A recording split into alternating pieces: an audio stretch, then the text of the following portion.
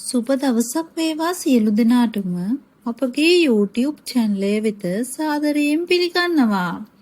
අද අපි ඔබට ගෙනාවේ ඔබ සිහිනයෙන් දෙවියෙකු දුටුවොත් ඒහාරුත. හොඳයි අපගේ channel එක subscribe කර මෙම වීඩියෝ සමග දිගටම රැඳී සිටින්න. හොඳයි ඔබ සිහිනයෙන් දෙවියෙකු දුටුවොත් මේ සාමාන්‍ය සිහිනයක් නොවේ. මෙම විශේෂ පණිවිඩයක් ඇති අතිශයින් සුබ සිහිනයක්. හොඳයි අපි දැන් බලමු එක් එක් අවස්ථාව අනුව මෙහි අර්ථය මොකක්ද කියලා. ඔබ සිහිනයෙන් දෙවියෙකු දුටුවොත් ඔබට ආශිර්වාදය සහ ආරක්ෂාව ලැබේ. ඊතා ඉක්මනින්ම ඔබට සුබ ආරංචියක් හෝ හොඳ දෙයක් ගැන අසන්නට ලැබේ. ඔබට නරක සිදුවීම් අහිතකර දේපල් ඔබගේ ජීවිතයෙන් අඩු වෙයි. එමෙන්ම ඔබේ පවුලට රැකවරණය හා ආරක්ෂාව ලබා දෙයි. එමෙන්ම ඔබගේ ජීවිතයේ පැරණි සියලුම ගැටලු අඩු වී ජීවිතයට අලුත් රැකියාවක්, අලුත් ආරම්භයක්, අලුත් ව්‍යාපාර කටයුතු ඇතිවිය හැක.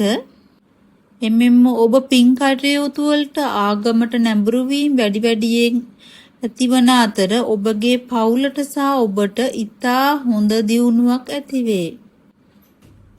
එමෙන්ම ඔබ දේව රූපය සිහිනයෙන් දුටුවොත් ඔබගේ ජීවිතයට අභියෝගයක් ඊතා ආසන්න බවත්, නමුත් එම අභියෝගයේ ඔබ ජයග්‍රහණය කළ හැකි බවත් මෙමකින් පෙන්눔 කරයි. එමෙන්ම ඔබගේ ජීවිතයේ ඇති සුළු හෝ ලොකු අභියෝග සියල්ල ජයග්‍රහණය කිරීමට අවස්ථාව උදා වේ. එමෙන්ම ඔබ දෙවියන් සමග සිහිනෙන් කතා කරා නම් ඔබගේ ජීවිතයට නව ආරම්භයක්, හොඳ අවස්ථාවක් ලැබෙනවා.